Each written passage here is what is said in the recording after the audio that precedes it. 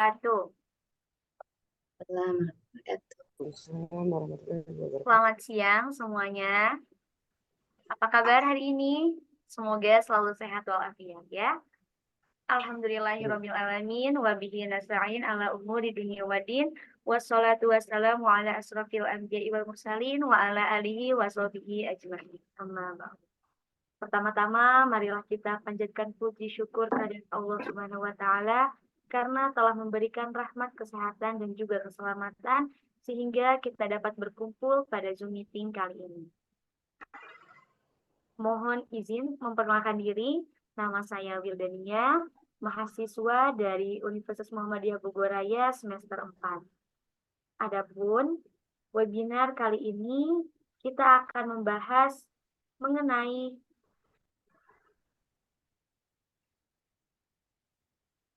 kreativitas dan inovasi dalam proses desain thinking yang akan disampaikan oleh Ibu Nina Septina, SPMM MPHIA. Sebelum itu, saya akan membacakan CV narasumber kita pada hari ini.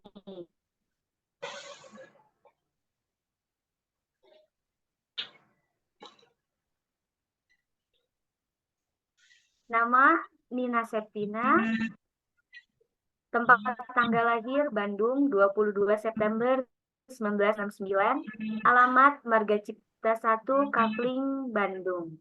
Nomor teleponnya 0823 1747 9583.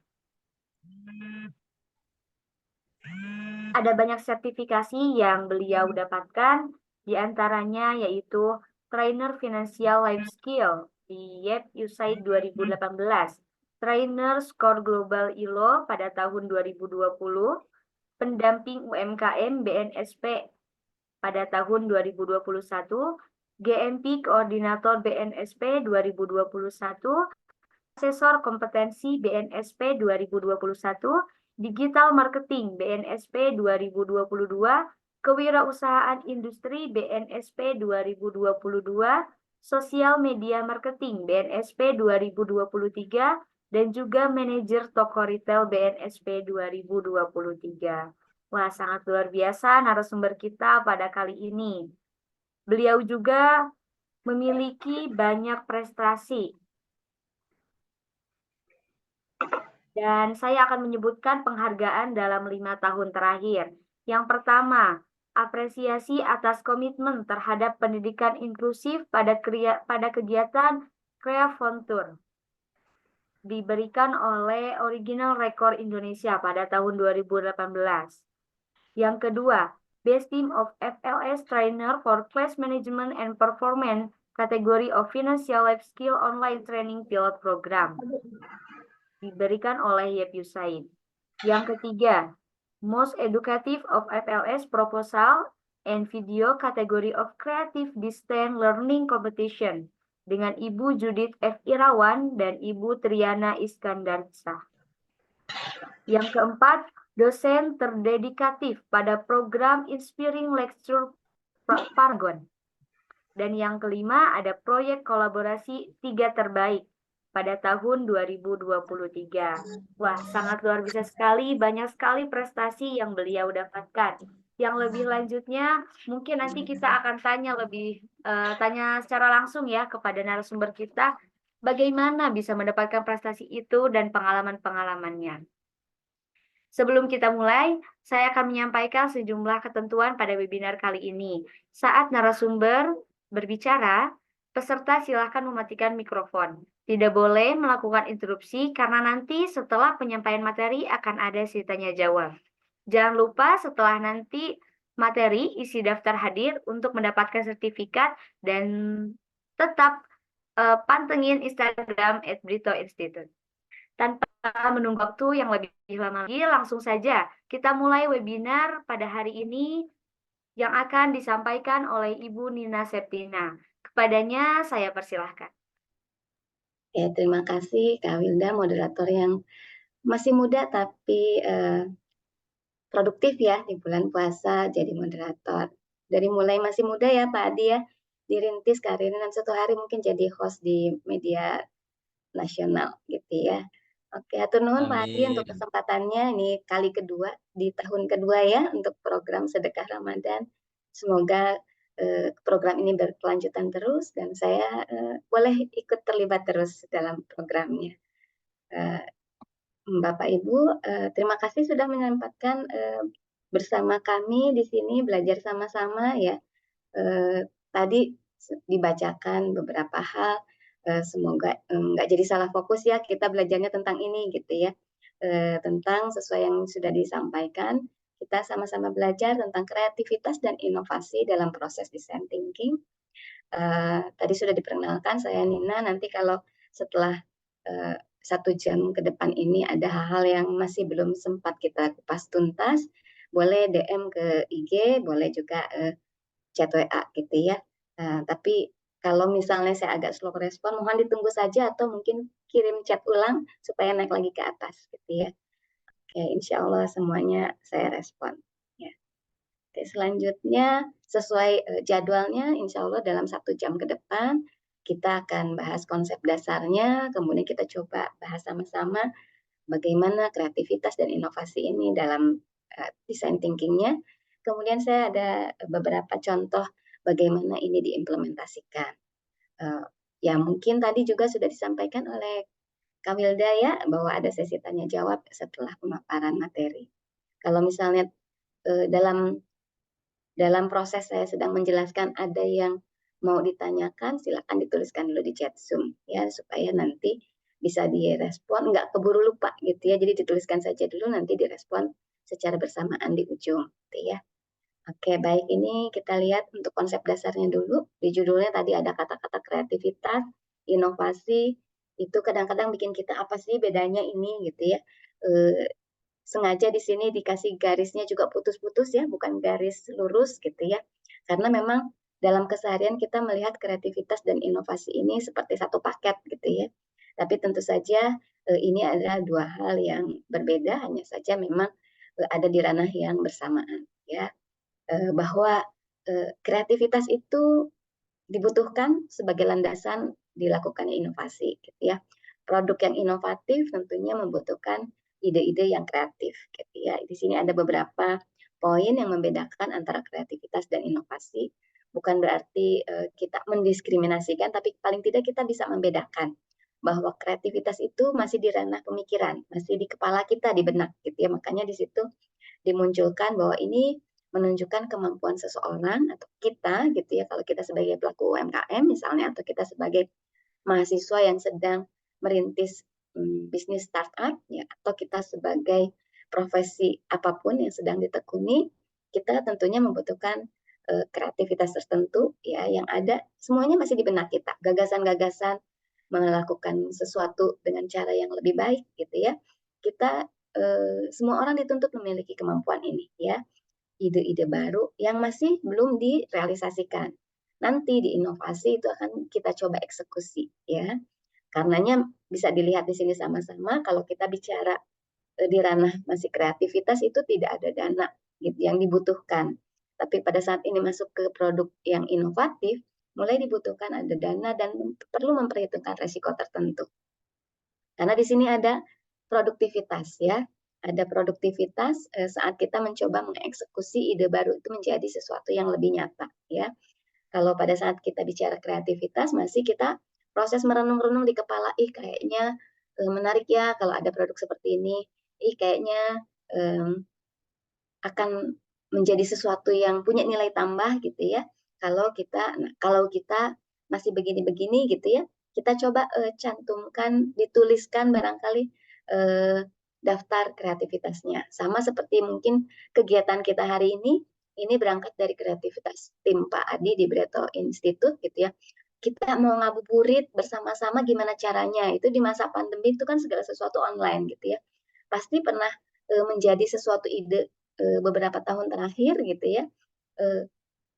Saya ketemu dengan Pak Adi misalnya di Zoom, ketemu lagi. Tapi saat itu yang menyelenggarakan orang lain gitu ya, pihak-pihak lain.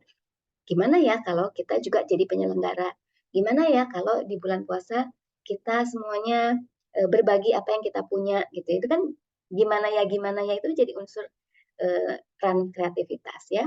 Jadi kegiatan yang inovatif saat program ini sudah diluncurkan, ditawarkan oleh Pak Adi ke berbagai jejaring gitu ya, untuk yuk sama-sama menebarkan bibit kebaikan, melakukan kebaikan yang berkelanjutan gitu ya, melalui kegiatan-kegiatan seperti ini gitu ya.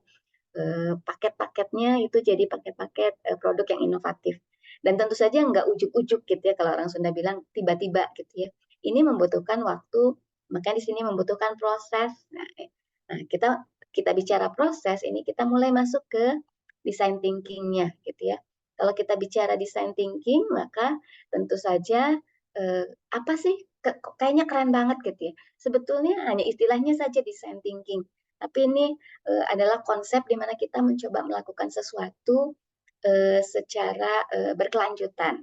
Berpikir ya, design thinking berarti kita memikirkan, mendesain sesuatu melalui proses yang memang berkelanjutan. Di sini sudah ada penjelasannya juga ya. Bisa kita baca sama-sama bahwa pendekatan yang kreatif ini digunakan untuk memecahkan masalah yang kompleks. Biasanya kalau masalah itu kita akan merasakan kompleks sampai tingkat tertentu ya. Dan tentunya akan membutuhkan solusi ya. Solusinya tentunya yang kita cari kalau pendekatannya sudah design thinking, punya banyak gagasan yang kreatif, insya Allah solusinya juga inovatif gitu ya, punya nilai tambah. Dan yang menjadi salah satu ciri khas dari design thinking ini adalah dia memikirkan, merupakan pendekatan yang fokus pada pengalaman dari untuk pengguna gitu ya. Jadi betul-betul memikirkan ini untuk pengguna, bukan hanya yang saya bisa, saya mau gitu ya. Tapi yang bagaimana kira-kira nanti pengguna itu punya pengalaman yang paling optimal gitu ya. Jadi fokusnya ke pengalaman pengguna atau konsumen dalam hal ini ya. Dan solusi inovatif itu bukan hanya berupa produk gitu ya, bukan produk yang nanti sudah jadi wujud nyata ya. Wujud yang nanti menjadi hasil dari proses design thinking ini tidak hanya pada produknya saja, tapi bisa dimulai dari mendesain mendesain produknya ya, proses desain produk, proses produksi produk ya, kemudian juga bagaimana nanti produk itu menjadi hasil produk akhir, dan bagaimana ini disampaikan kepada konsumen, dan bagaimana nanti konsumen itu mengalami interaksi dengan produk kita. Itu jadi dari hulu ke hilir itu bisa kita terapkan menggunakan design thinking-nya. Ya, jadi bukan hanya menghasilkan satu produk nyata berupa produk yang bisa kita pegang, bisa kita konsumsi atau bisa kita gunakan gitu ya. Tapi juga biasanya bisa digunakan untuk semua tahap dalam bisnis kita ya. Design thinking ini juga selain tadi sudah disebutkan menempatkan menjadikan konsumen benar-benar raja gitu ya. Dia itu jadi pusat perhatian dari semua proses desainnya karena memang design thinking ingin memahami betul kebutuhan konsumen itu apa, dia inginnya apa, dan barangkali ada tantangan apa yang dihadapi dalam masalah yang dia sedang rasakan. Gitu ya. Jadi kita ingin menjadi solusi terbaik untuk konsumen dengan cara kita memahami betul apa yang dia inginkan, dia butuhkan. Gitu ya. Nanti ada tahapannya kita akan lihat sama-sama ya. Karena insya Allah dengan kalau kita pahami betul konsumen itu butuhnya apa, inginnya apa, gitu ya, kita telusuri betul, kita lakukan riset yang sangat cukup detail, gitu, kita akan benar-benar menemukan solusinya itu yang memenuhi, gitu ya, memenuhi keinginan atau ekspektasi dari konsumen, gitu ya, atas masalah yang dia hadapi. Aduh, saya kayaknya perlu produk yang begini harusnya, gitu ya. Nah, yang kita tawarkan paling tidak menyamai apa yang diharapkan. Syukur-syukur bisa lebih dari apa yang diekspektasikan, gitu ya. Itu bisa kita lakukan hanya kalau kita betul-betul memahami apa yang dipikirkan, dirasakan oleh konsumen. Gimana caranya? Nanti kita lihat satu persatu, ya. Nah, dengan pendekatan ini, gitu ya, tentu saja memang kok kayaknya dibikin ribet ya, gitu ya, karena nanti akan kelihatan ada tahap-tahapan. Karena memang masalah yang dihadapi konsumen biasanya masalah yang kompleks, harus kita pecahkan satu persatu ya, kita coba nanti dipetakan ini sebetulnya masalah utamanya apa, dicari akan masalahnya. Semoga kalau kita temukan dengan lebih detail gitu, kita menawarkan sesuatu yang memang sudah sesuai dengan kebutuhannya. Jadi pendekatan design thinking ini memang menekankan pada proses kita memahami ya, memahami konsumen kita, target pasar kita. Kemudian kita juga mencoba menafsirkan pemahaman kita itu sejauh apa. Kemudian nanti kita coba ciptakan ya, dan kita uji cobakan apa yang kita duga ya, kita coba tafsirkan tadi, betul nggak ya ini yang hasil pemahaman kita gitu ya. Kenapa juga gitu ya harus melalui proses ini gitu ya. Kok repot-repot gitu ya? Karena kita ingin yang terbaik untuk konsumen ya. Dan kita juga harus berbesar hati bahwa kadang-kadang ide kita itu nggak langsung ide final yang langsung fantastis gitu ya, yang paling keren, enggak ya. Kadang-kadang juga baru ide awal yang kayaknya butuh penyempurnaan ya. Nah, kenapa selain memang fokus ke konsumen, kata kunci berikutnya yang penting di design thinking itu adalah iterasi ya, atau pengulangan. Ini bagian dari proses inovasi kita ya. Karena gagasan awal sebelum menjadi benar-benar produk yang nanti diluncurkan ke konsumen itu akan kita uji cobakan dulu supaya kita benar-benar yang nanti akan diluncurkan, diperkenalkan ke konsumen pada tahap komersialisasi itu adalah produk yang sudah melalui proses penyempurnaan. Jadi bukan yang uji coba kemudian nanti jadi gagal dan konsumen kecewa gitu ya. Tapi kita uji cobakan melalui beberapa tahap dulu gitu ya. Dan sebagai pelaku design thinking ini gitu ya, kita perlu juga memberi ruang pada diri sendiri bahwa kalau belum cocok, kalau dapat banyak feedback, dapat banyak komplain, itu adalah bagian dari proses penyempurnaan. Ya kita uji lagi, kita sempurnakan lagi, dan kita sampaikan lagi. Ini terima kasih kepada konsumen yang sudah memberikan berbagai masukan. Ini sudah jadi produk yang lebih disempurnakan, semoga menjadi produk yang lebih sesuai dengan harapan konsumen, memenuhi lebih banyak lagi. Misalnya dengan tambahan varian, dengan tambahan model yang mungkin lebih diperbaiki, yang lebih disesuaikan dengan kebutuhan, dengan beberapa hal yang barangkali sebelumnya sudah disampaikan dalam rekomendasi atau saran dari konsumen kita, gitu ya. Jadi inovasi itu bukan pekerjaan yang satu kali tuntas, ya, tapi pekerjaan yang kalau kita cerita lingkaran itu lingkarannya terus bergulir gitu ya, dan akan menjadi semakin sempurna semakin kita gulirkan, ya. Nah, design thinking ini sudah banyak digunakan oleh banyak perusahaan. Beberapa tercantum di sini familiar mungkin ya dengan nama-namanya.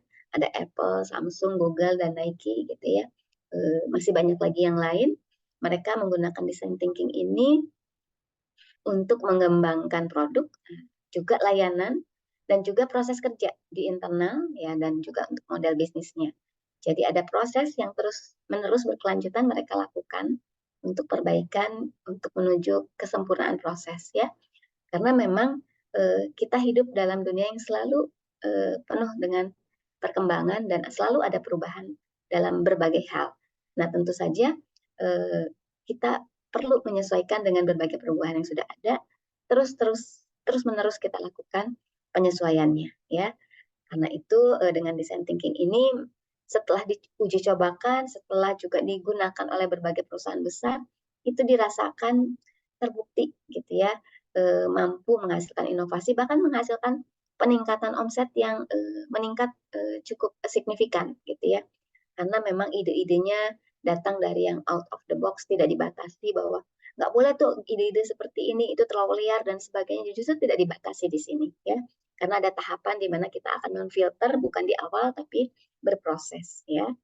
Dan tentu saja proses ini sudah dibuktikan oleh banyak perusahaan besar, ini mendatangkan keuntungan yang tidak sedikit ya. Untuk kita yang barangkali aduh saya sih belum sebesar perusahaan-perusahaan yang tadi disebutkan gitu ya. Ini juga tentu saja menjadi bagian dari proses yang dimungkinkan untuk kita coba aplikasikan ya. UMKM di Indonesia ya, tentu saja tidak salah kalau mau mulai mencoba menerapkan design thinking ya, karena ini menjadi bagian dari bagaimana kita mau membesarkan usaha kita ya, kita proses supaya kita sejak kita masih merintis bisnis sudah jadi perusahaan yang dekat dengan konsumen gitu ya.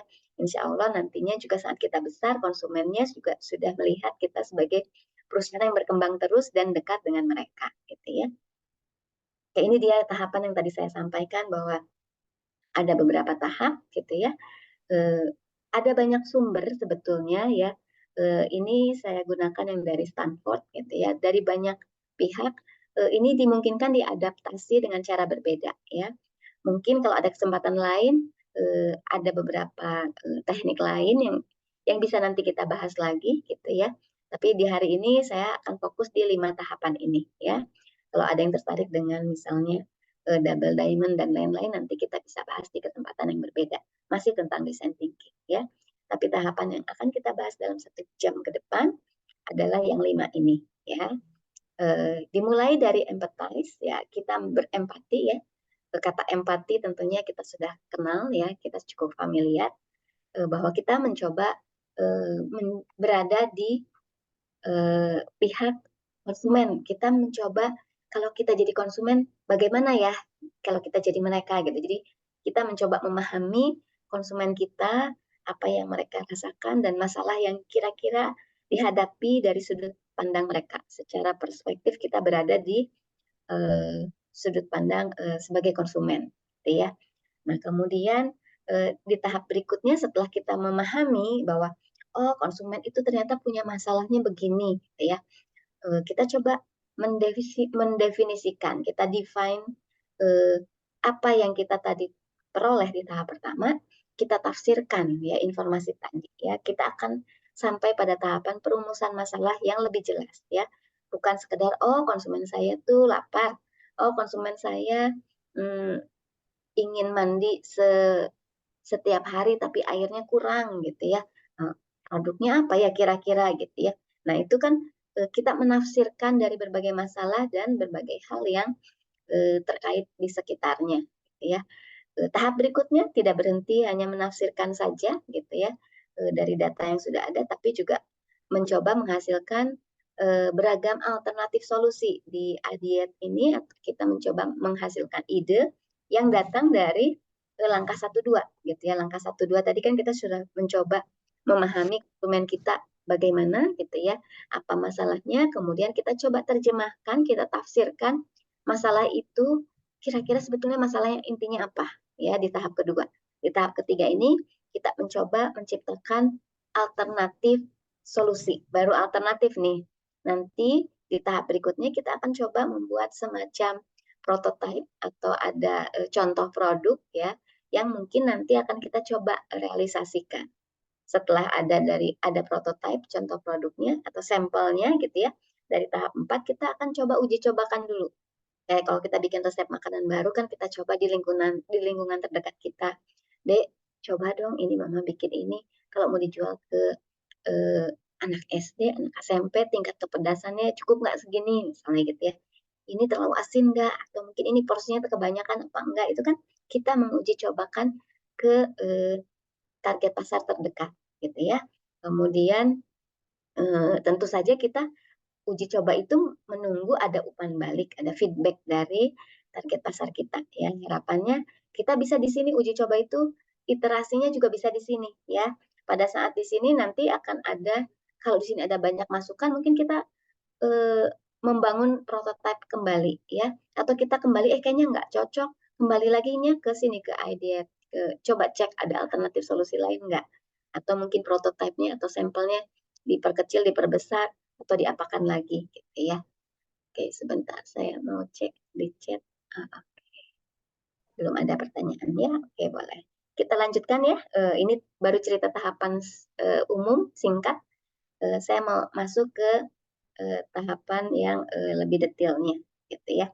Ini nanti kalau kita diskusi pada saat kita ingin menggambarkan hasilnya, biasanya kalau saya memberikan pelatihan gitu ya, saya akan memberikan kertas besar gitu ya, yang bisa dicoba kepada para peserta itu dibagi-bagi kaflingnya gitu. Dimulai dari semua tahapan itu nanti setiap peserta dalam kelompok-kelompok kecil itu membuat catatan di sticky notes dan nanti ditempelkan satu persatu ya bertahap dari tahap empathize tadi kemudian ke define ideate, kemudian ke prototype, dan sampai ke tes uji coba. Ada langkah apa saja yang bisa dilakukan selama proses kita mencoba menerapkan design thinking ini, ya. Ini contohnya saja, barangkali nanti kalau kita punya rezeki ketemu gitu ya, ada kesempatan lain kita lakukan workshopnya, lokal karyanya, melatih membuat ide-ide tertentu, kita mencoba melakukan iterasi untuk produk tertentu yang barangkali dibutuhkan oleh target pasar tertentu untuk memecahkan masalah tertentu gitu ya. Nanti kita akan bisa lakukan ini ya. Hanya saja hari ini memang belum ya, tapi paling tidak ada bayangan. Memang tujuan dari sesi hari ini adalah ingin memperkenalkan design thinking. Kalau ada banyak yang tertarik, nanti kita bisa buat sesinya secara khusus gitu ya. Baik, ini tahapan yang pertama ya, empathize.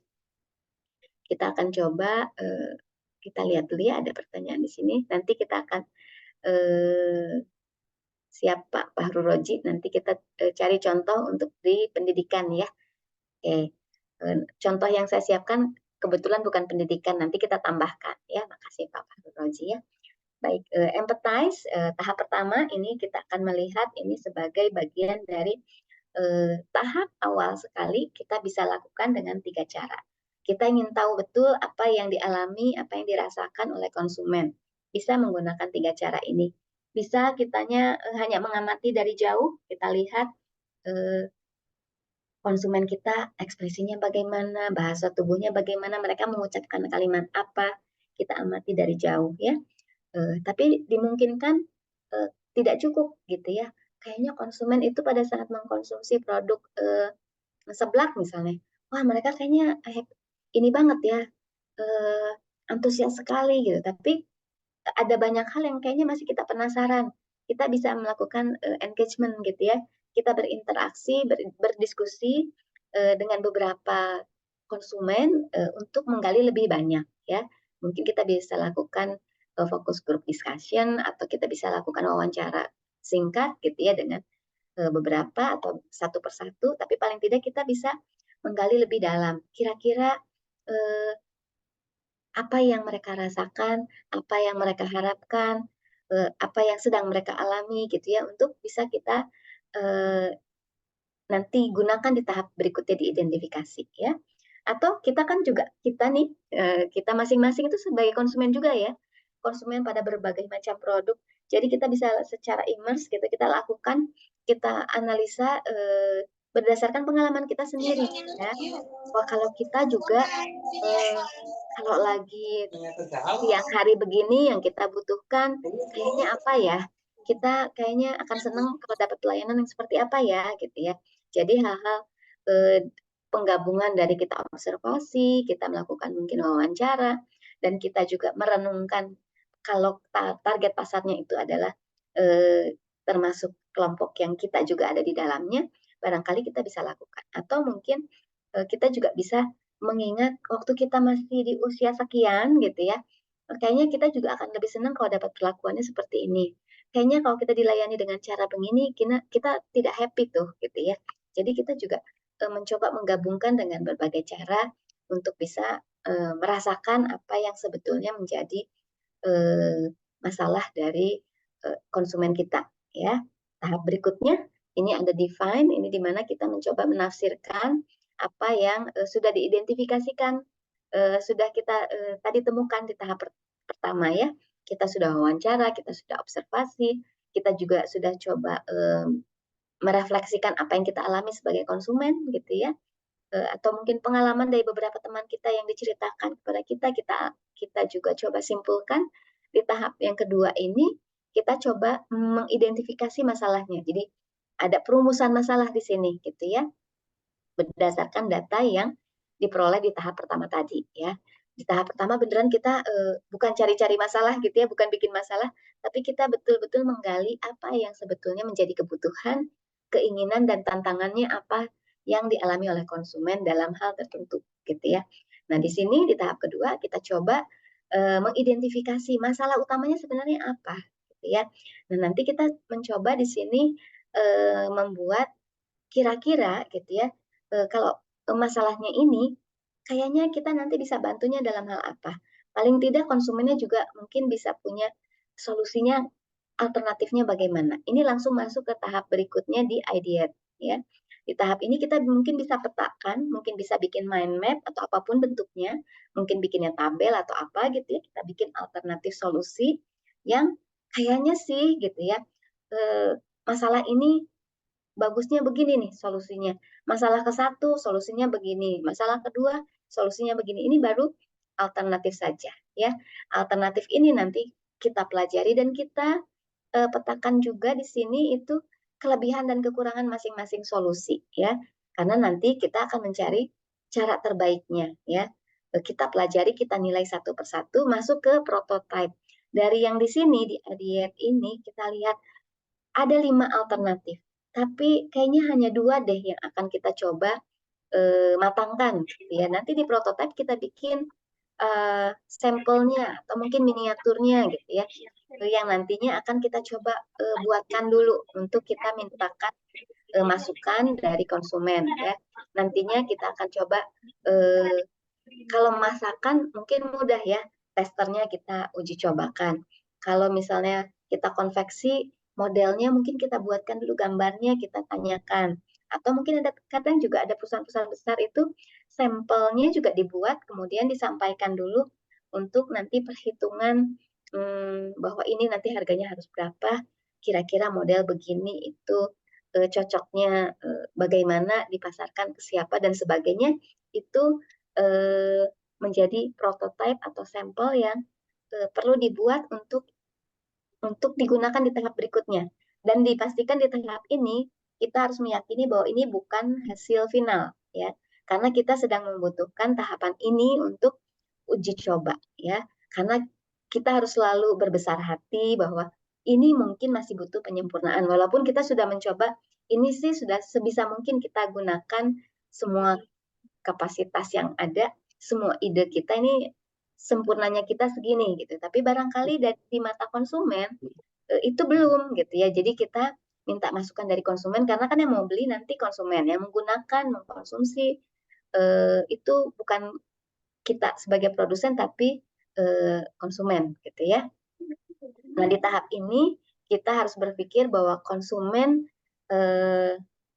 yang nantinya akan memberi masukan. Kita masuk ke tes ya. Tahap yang terakhir, yang kelima, itu kita akan menunggu betul gitu ya. Kita bertanya kepada orang-orang yang benar-benar bisa objektif ya, bukan hanya bertanya kepada teman di sekitar circle kita yang nantinya hanya bilang, "Ih enak Nina, enak banget" gitu ya. Tapi nggak ngasih bahwa, "Nin kebanyakan nih porsinya, kayaknya warnanya terlalu kontras, kayaknya ini nggak bagus gitu ya." Nah justru kita butuh orang-orang yang bisa memberikan masukan secara objektif. Ya. Justru orang-orang yang kayaknya kritis sekali gitu ya, itu yang kita harapkan ya. Oke, di sini kita coba minta masukan sebanyak mungkin. Ya tentu saja kita filter juga. Siapa tahu memang ada orang tertentu yang kayaknya dicari-cari gitu ya. Nah kita juga secara objektif memfilter, menerima masukan ya, besar hati tapi juga nggak jadi insecure gitu. Aduh banyak banget sih masukannya gitu. Itu juga kita gunakan bahwa feedback itu sesuatu yang berharga. Daripada nanti kita sudah komersialisasi besar-besaran, terus ternyata ada yang kurang, kan ditarik kembali juga masalah waktu, nama baik dan juga biaya itu akan menjadi resiko yang lebih besar ya. Jadi pada tahap ini kita mencoba semoga perbaikan-perbaikan itu utuh lengkap bisa kita lakukan di sini. Dan bisa jadi uji cobanya tidak satu kali. Satu kali kita tanyakan, kemudian kita perbaiki, kita kembalikan lagi, dicoba ya. Kalau kali ini rasanya sudah cocok belum? Kayaknya masih kurang pedes misalnya. Ya kita bikin lagi level yang lebih tinggi tingkat kepedasannya. Bertanyanya pada target pasar yang nantinya akan kita bidik gitu ya. Jadi kita dapat informasi yang paling lengkap. Jadi nanti pada saat kita benar-benar luncurkan produk ini sudah benar-benar sesuai 99% gitu ya dengan kebutuhan dari konsumen. Harapannya bahkan 100%. Jadi tidak perlu ditarik produknya, tidak apa namanya permintaan maaf karena harapannya sudah lebih mendekati kesempurnaan, kalaupun ada perbaikan, bukan perbaikan pada konsep produknya, tapi misalnya kalau produk itu makanan lebih ke menambah varian, karena misalnya, kayaknya akan lebih enak kalau ada tambahan varian ini, pilihannya lebih banyak, gitu ya. Nah, ini yang kita coba identifikasi juga lebih awal, apakah memang variannya cukup seperti yang sedang kita kembangkan atau butuh tambahan varian lain, ya. Ini uji coba ini di tahapan ini bolak-baliknya dimungkinkan cukup lama, ya. Tapi kalau memang kita sudah menyiapkan lebih baik di tahap sebelumnya, mestinya di tahapan ini juga tidak berkepanjangan, ya. Tapi tentunya kita menunggu hasil tes ini untuk perbaikan yang lebih baik, gitu ya. Ini tadi apa yang kita lakukan selama proses yang 5 ini dirangkumnya seperti ini, gitu ya. Ada ide-ide yang mungkin banyak, kemudian disaring, diidentifikasi jadi beberapa masalah saja, kemudian kita coba kerucutkan masalah yang mana yang kita akan tawarkan solusinya dalam kesempatan ini. Mungkin di 1 bulan pertama kita akan carikan solusi untuk satu masalah awal. Nanti ada masalah lain dari konsumen yang kita akan buat solusinya di mungkin produk berikutnya, gitu ya. Jadi kita punya ide-ide gagasan yang sangat kaya di sini, kemudian kita cari akar masalahnya, nanti kemudian action-nya itu adalah ideate-nya, gitu ya, alternatif solusi mana yang akan kita ambil, gitu ya.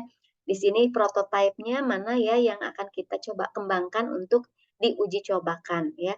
Nanti hasil uji coba ini yang akan kita, kalau sudah final, akan dikomersialisasikan, ya, yang akan menjadi produk yang kita tawarkan secara besar-besaran, bukan di skala kecil lagi, gitu ya.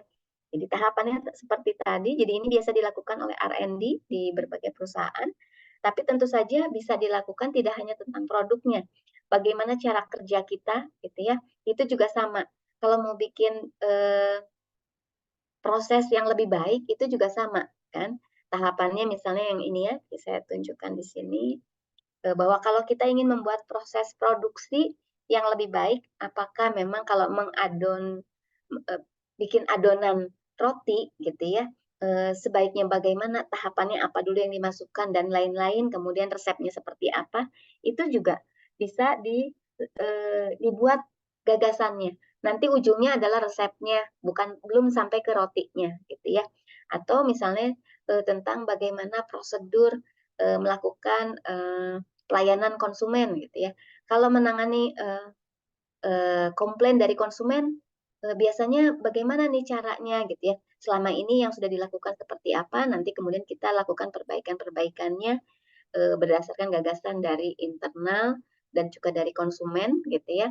Kita akan punya, kayaknya prosedurnya bisa menerima alternatif, menerima komplain itu lewat website, lewat chat WA, mungkin orang boleh juga kirim email, bisa juga memberikan komentar di IG dan sebagainya misalnya, gitu ya. Dibuka semua ruang dan mungkin kepada apa namanya, dilombakan misalnya ada komentar terbaik, gagasan terbaik, komplain terbaik misalnya, yang bisa menyempurnakan nanti pelayanan kita, gitu ya. Misalnya dalam rangka menyempurnakan pelayanan kepada pelanggan, kami memberikan giveaway tertentu pada 3 gagasan terbaik, gitu ya, untuk digunakan oleh internal sebagai ide yang akan dimatangkan misalnya, gitu ya. Jadi produknya bisa produk nyata ya, hasil akhir yang nantinya masuk di tahapan tes ini, gitu ya. Tapi bisa jadi yang kita coba proses, gitu ya, menjadi sesuatu yang inovatif itu adalah berupa tidak produk nyata tapi proses kerja, bisa sistem yang ingin kita matangkan, gitu ya, bisa jadi prosedur yang mau dibuat standarnya, gitu. Jadi banyak sekali ya bisa dilakukan seperti itu. Kita memberikan apa namanya, gagasannya dilontarkan di internal perusahaan. Kalau saya dari bagian misalnya divisi pemasaran, tentunya saya akan punya, klien saya mungkin konsumen akhir. Tapi kalau saya bekerja di divisi keuangan atau di divisi, misalnya pengadaan barang, konsumen saya kan bukan konsumen akhir konsumen yang akan beli produk ya, tapi yang ada di internal perusahaan. Karyawan yang bekerja di bagian keuangan, konsumennya yang harus dipikirkan, yang harus dilayani itu barangkali teman-teman dari divisi pemasaran.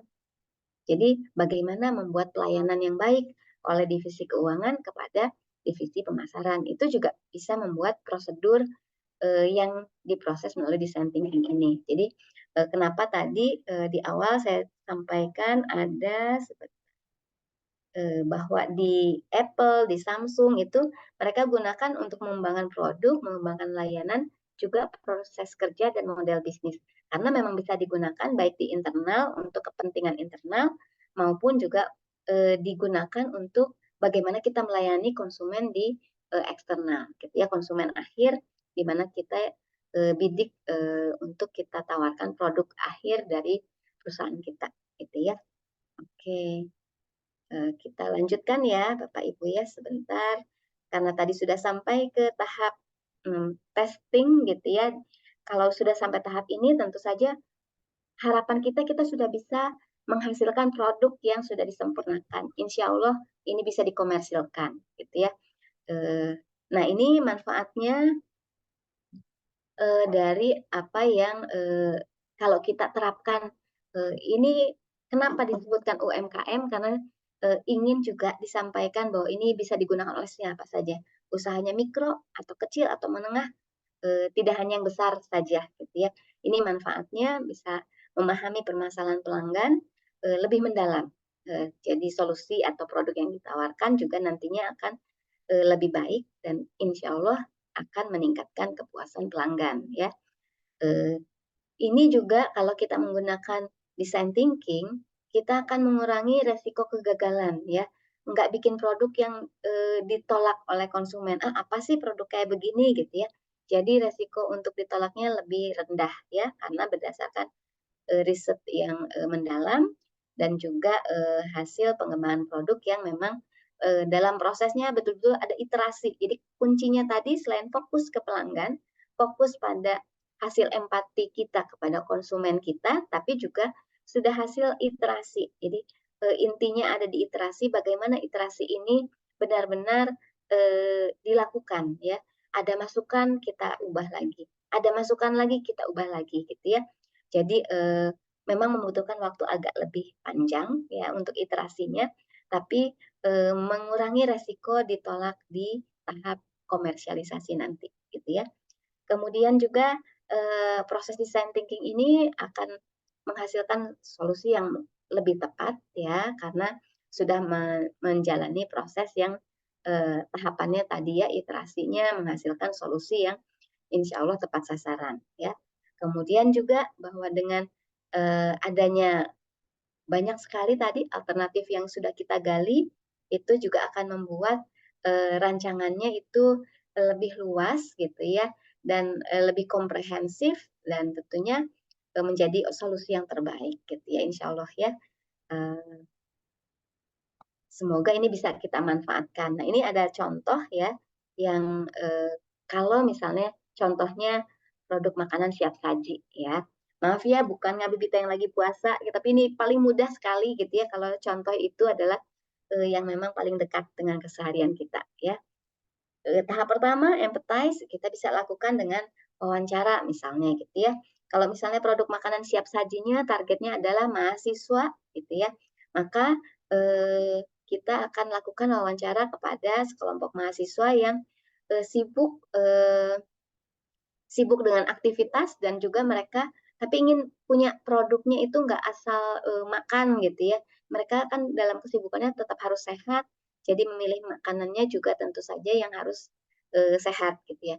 Nah, kita mencoba mewawancara sekelompok mahasiswa ya yang punya jadwal padat gitu. Jadi nanti karena produk kita akan ditawarkan kepada mahasiswa yang sibuk, tidak punya waktu yang cukup luang untuk masak sendiri gitu ya. Barangkali juga mahasiswanya juga ini adalah anak kos misalnya gitu ya, yang tidak dimasakin oleh keluarga di rumah misalnya gitu ya. Jadi kita melakukan wawancara untuk mencari tahu kira-kira kalau jadi mahasiswa yang sibuk, bagaimana mereka memilih makanan yang sehat tapi tetap praktis gitu ya.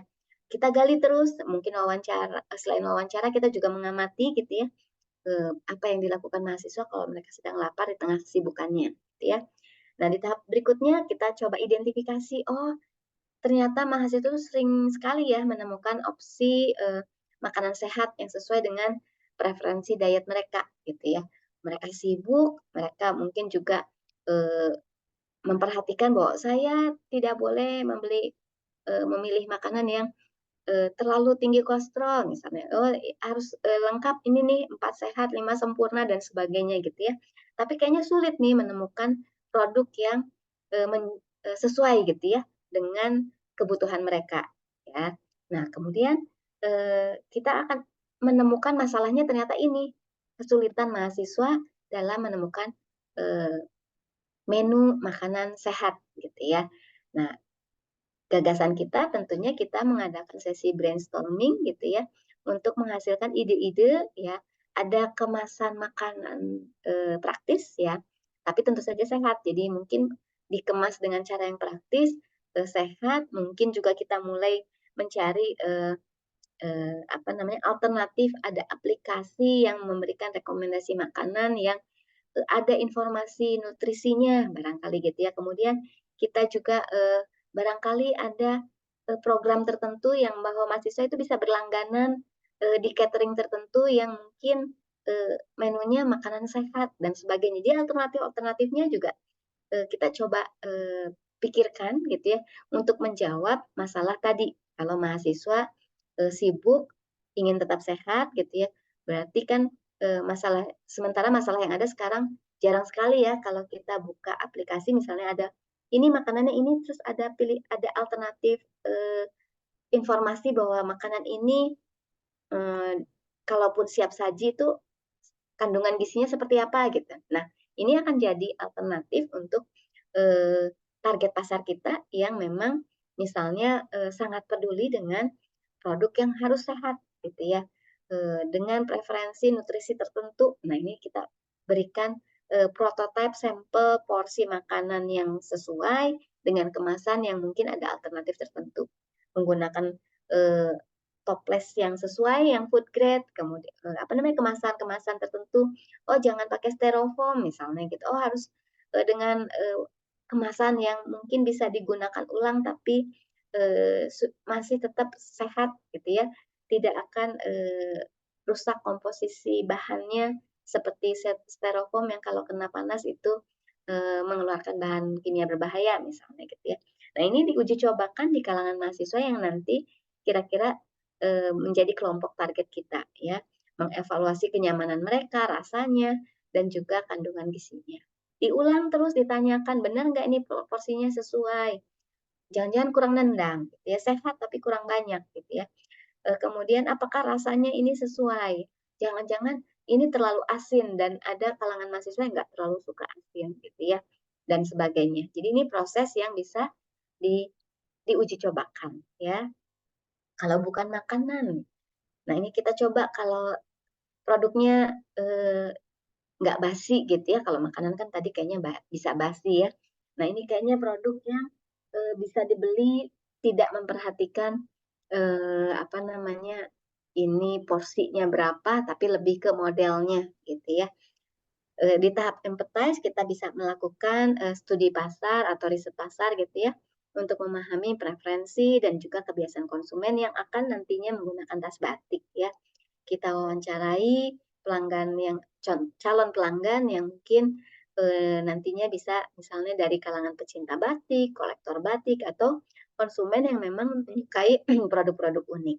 Atau kalau kita juga adalah seorang yang juga suka dengan produk-produk dari bahan batik, kita juga bisa berpikir gimana ya kalau saya beli tas batik itu senangnya yang kayak apa gitu ya. Itu juga bisa melengkapi ya selain mewawancarai konsumen yang sudah ada ya. Nanti kemudian setelah kita mewawancarai pasar, kita lanjutkan itu hasil datanya, kita coba menganalisis ya, menganalisis apa yang didapat dari tahap kira-kira trennya bagaimana di dalam hal model desainnya, kemudian difungsikannya seperti apa tas batik ini gitu ya. Nanti kita coba identifikasi, kayaknya yang belum ada tuh di pasar tas batik yang untuk fungsinya apa. Misalnya untuk souvenir atau untuk perjalanan atau untuk apa gitu ya. Barangkali ada desain yang kurang sesuai selama ini gitu ya, atau ada kualitas bahannya yang di mata konsumen itu belum terpenuhi. Ya, jadi kita merumuskan masalahnya di tahap yang kedua untuk tas batiknya, gitu ya. Nanti kemudian di tahap selanjutnya kita akan mencoba menghasilkan ide-idenya.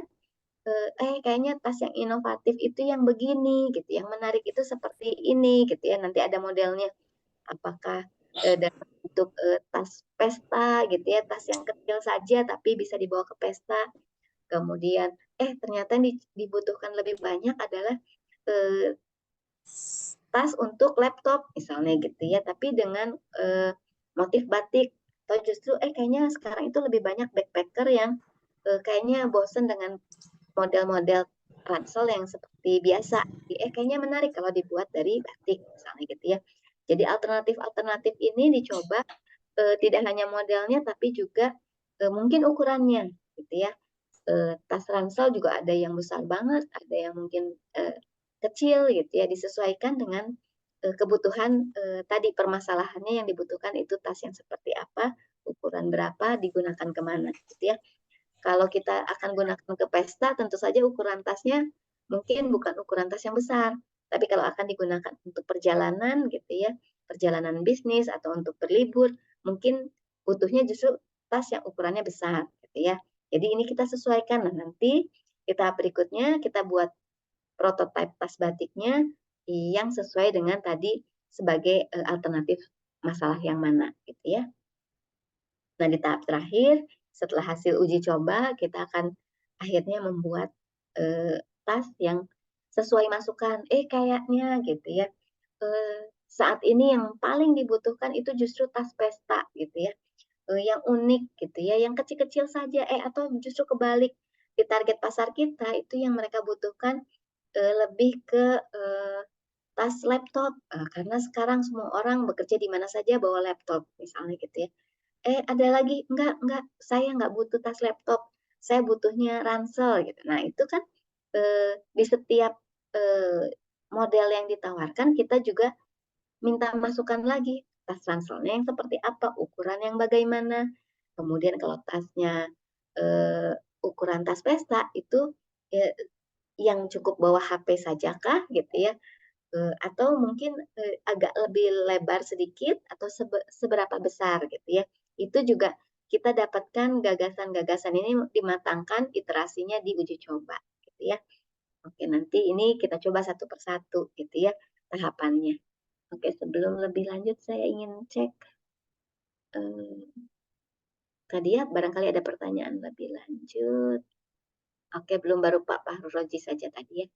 Oke, nah ini contoh berikutnya kita boleh gunakan contoh yang Pak Fahruroji tadi ingin tanyakan ya, bahwa kalau di bidang pendidikan gimana ya? Bidang pendidikan itu saya sehari-hari ngajar gitu ya. Mungkin sama dengan Pak Fahruroji kita di bidang pendidikan. Konsumen kita siapa gitu ya? Kalau saat kita sedang mengajar di kelas, konsumennya mungkin murid-murid kita ya. Kalau saya di kelas itu ada mahasiswa. Nah, saya harus coba pikirkan gitu ya.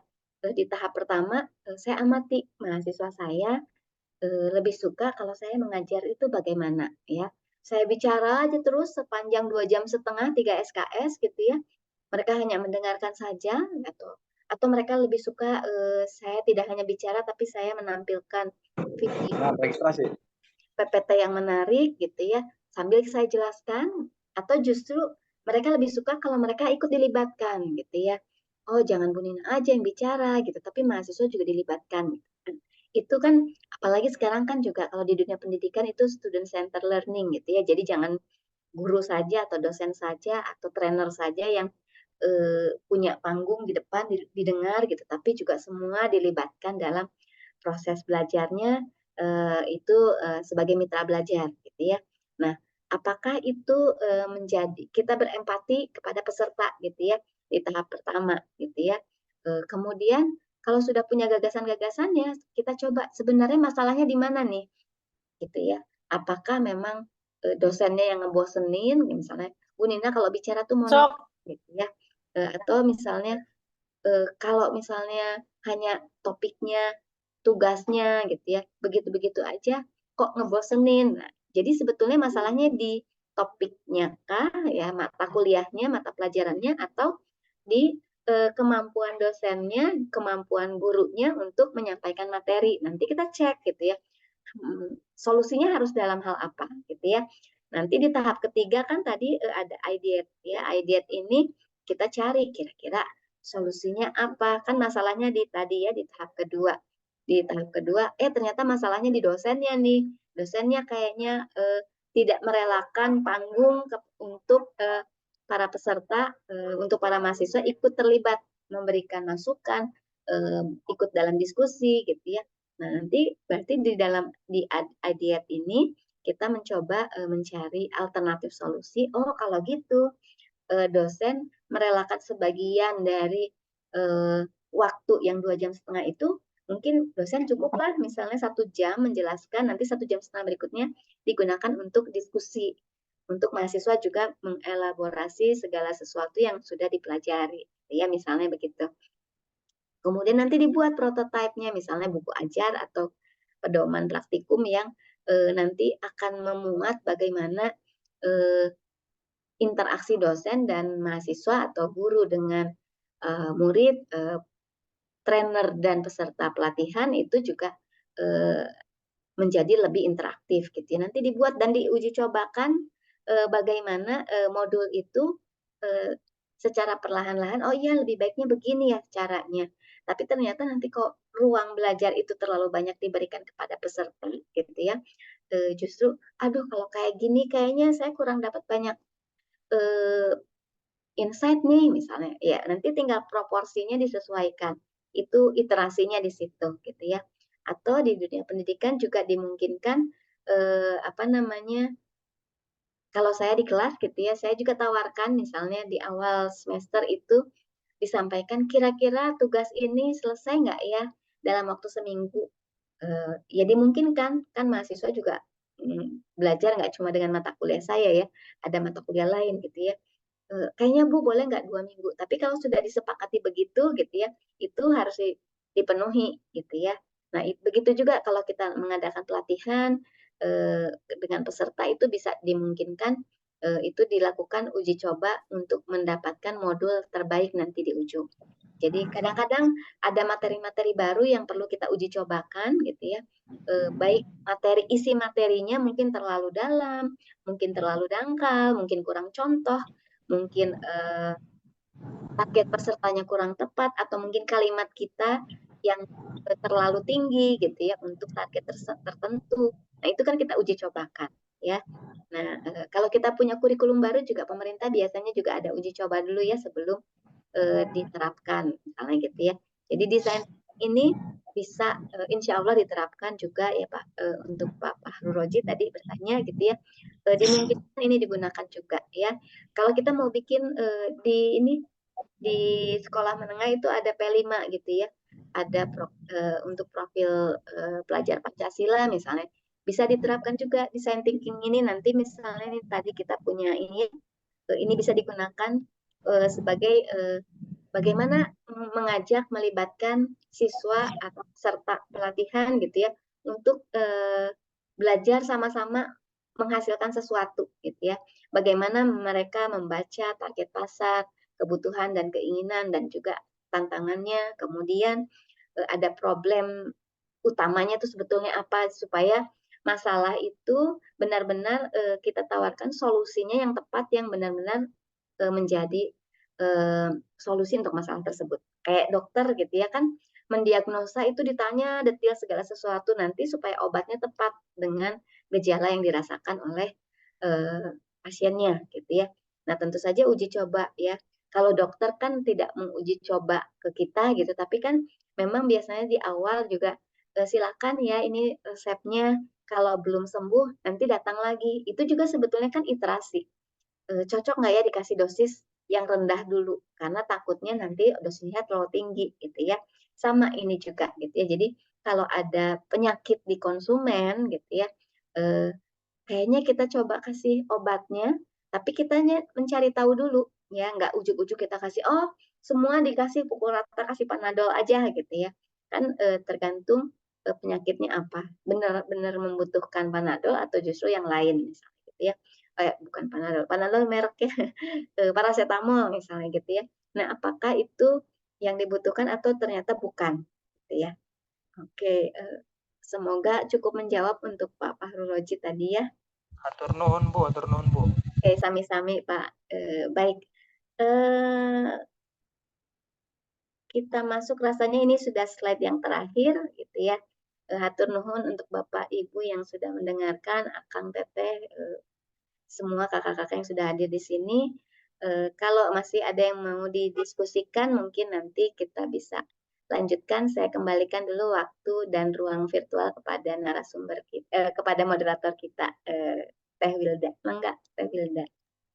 Terima kasih banyak Ibu atas pemaparan materi yang sangat luar biasa. Ini pasti bermanfaat bagi kita, terlebih UMKM.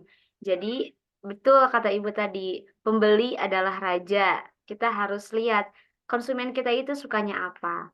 Nah, untuk memahami lebih lanjut materi yang telah Ibu sampaikan, silahkan bagi Bapak Ibu yang ingin bertanya, boleh menulis pertanyaannya di kolom chat atau di kolom Q&A atau bisa langsung menyampaikan pertanyaannya kepada Ibu Dina. Mangga Bapak Ibu yang ingin bertanya, saya persilahkan.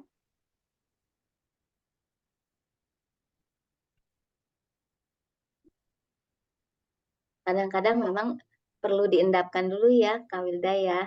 Nanti tahu-tahu baru, "Oh iya ya," setelah nanti sudah live Zoom baru kepikir gitu ya. Nanti Iya, mangga boleh, menghubungi. Kita bisa buat yang ada di WA grup peserta atau ada di WA grup, para narasumber juga bisa nanti lebih lanjut ya. Tadi di, itu juga saya sudah menyampaikan, nomor kontak saya atau boleh DM di, eee, akun IG ya. Bisa, konsultasi atau ngobrol lebih lanjut gitu ya. Ini kalau yang hadir di sini mungkin juga, barangkali, punya produk gitu ya, yang bisa kita jadikan contoh tambahan ya, Kak Wilda ya. Tadi kan baru pendidikan, iya, tas, iya Bu. dan makanan gitu ya. Nanti kalau ada yang mau dibuatkan jadi contoh juga boleh. Ini ada satu pertanyaan, Kak Wilda, dari Pak Rahman, ini ada direct message ke saya, mempraktekkan oh oke baik, izin bertanya bagaimana mempraktekkan untuk kami yang pemula dalam membangun usaha dalam penerapan desain thinking ini. Oke, oke peci batik. Oke, baik Pak. Eee, Tadi juga kebetulan yang batiknya itu, pas ya, kalau untuk peci gitu ya, sebetulnya kurang lebih sama seperti yang tadi saya contohkan. Jangan khawatir Pak Rahman, ini design thinking ini memang, bisa digunakan oleh siapa saja, tidak hanya yang sudah besar gitu ya. Yang pemula itu biasanya kalau saya di kampus mahasiswa, mau membangun bisnis, bahkan baru sekedar ikut lomba desain, gagasan saja juga sudah saya ajak, menggunakannya adalah menggunakan design thinking supaya, benar-benar bertahap gitu ya, nggak ujug-ujug, "Ah, saya mau nawarin peci, bikin aja dulu," gitu ya.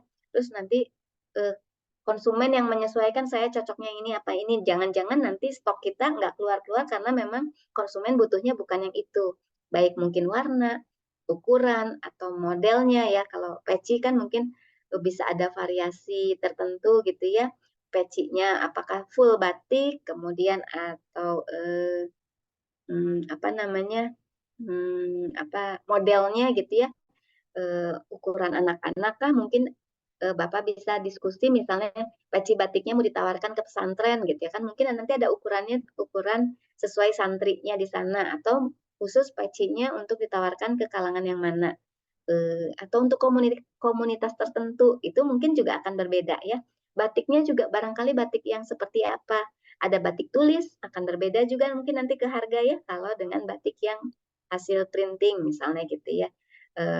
Kalau template biasanya ya kayak tadi Pak yang saya tunjukkan itu apa namanya, dibuat saja ada kayak 5 tahap, nanti yang ada kayak tadi contoh gambar sticky notes itu ya.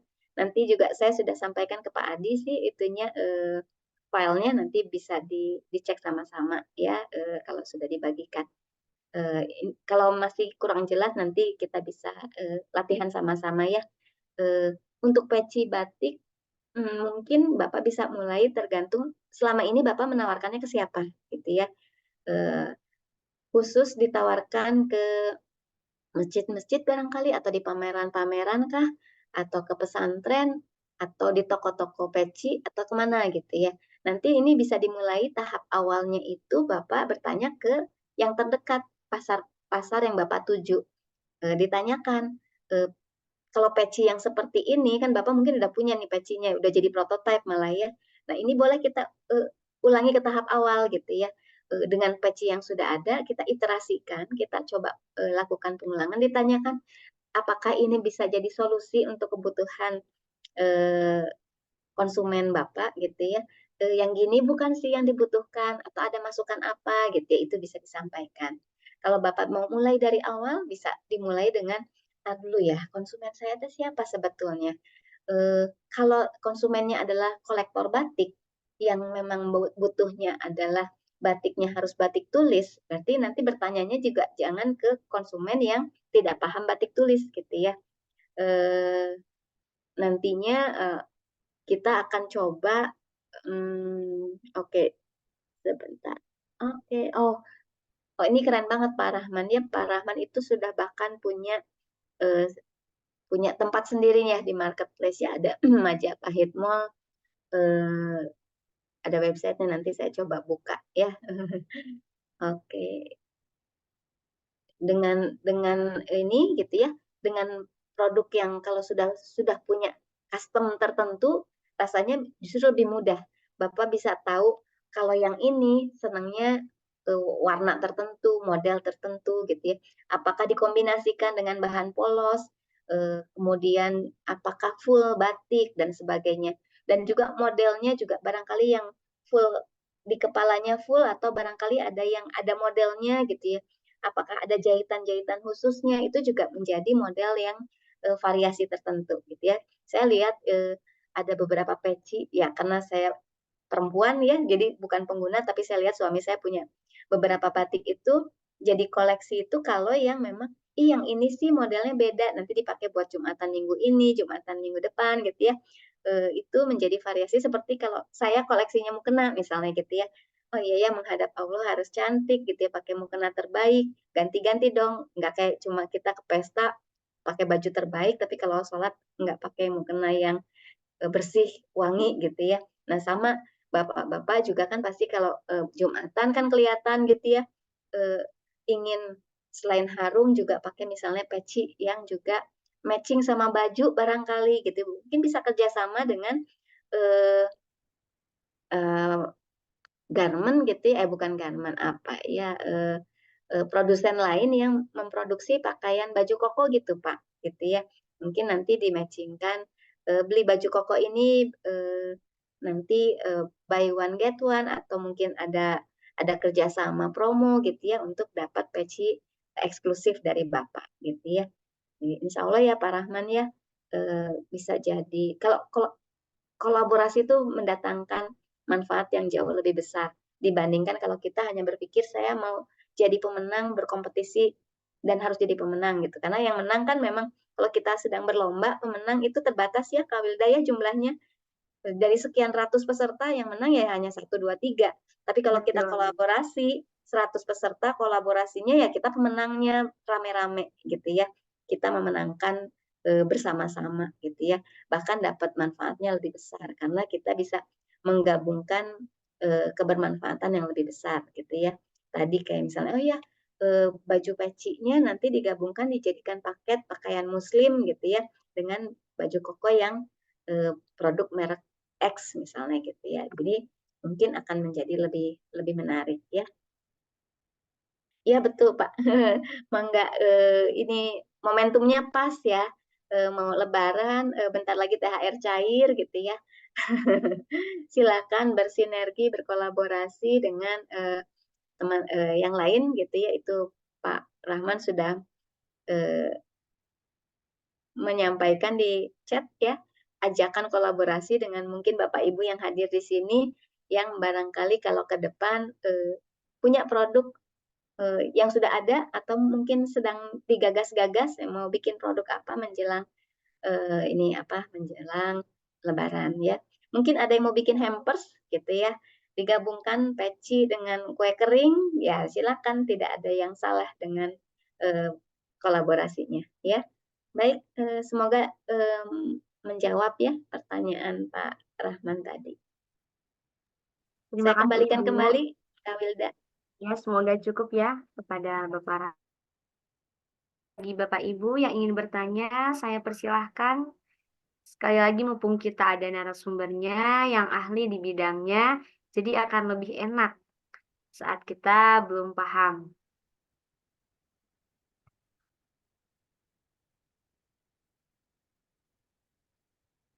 Mungkin sudah jelas atau belum terpikir pertanyaannya.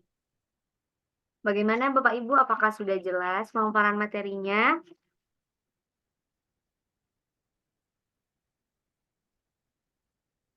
Jika memang sudah jelas terkait materi yang telah Ibu sampaikan, mungkin akan kami cukupkan. Jelas, Bu. Oke, hatur nuhun Pak Jelas ya, Ujang. Bapak Ujang. Semoga bisa diterapkan ya Pak. Hatur Amin, nuhun Bu amin, Hati. Bu.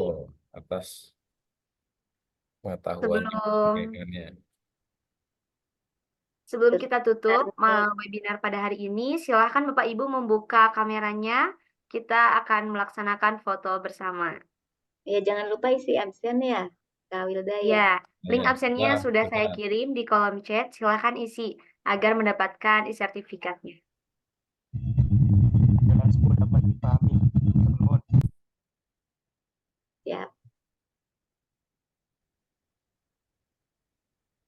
Baik, silahkan dibuka kameranya.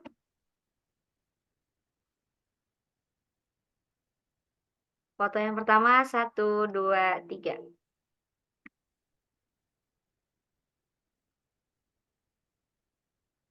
Oke, baik, terima kasih kepada para peserta dan juga narasumber pada webinar kali ini.